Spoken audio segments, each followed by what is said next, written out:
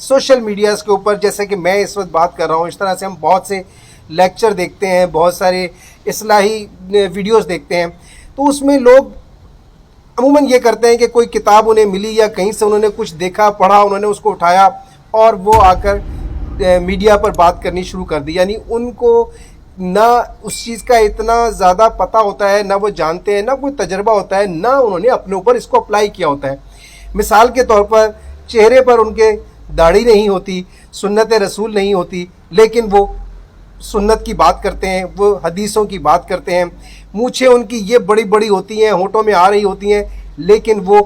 بڑی بڑی احادیث بیان کرتے ہیں اور بڑی ایسی باتیں کرتے ہیں. یعنی ان کے رویوں سے، ان کے چہروں سے، ان کے الفاظ سے، الفاظ ان کے بتاتے ہیں کہ وہ اتنے گھٹیا یا ایسے غلط الفاظ استعمال کر رہے ہیں کہ جو کہ ادب اور اخلاق کے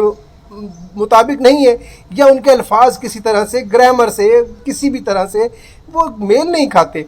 تو ایسے لوگ جو ہیں وہ آ کر باتیں کرتے ہیں، تو ان کی باتوں کا اثر اتنا نہیں ہوتا جتنا ایک ایسا شخص کے جو با کردار اور سیرت رکھتا ہو اور باقاعدہ دیکھنے میں بھی اس کے اوپر علم اس کا دکھائی دیتا ہو، وہ اثر رکھتا ہے.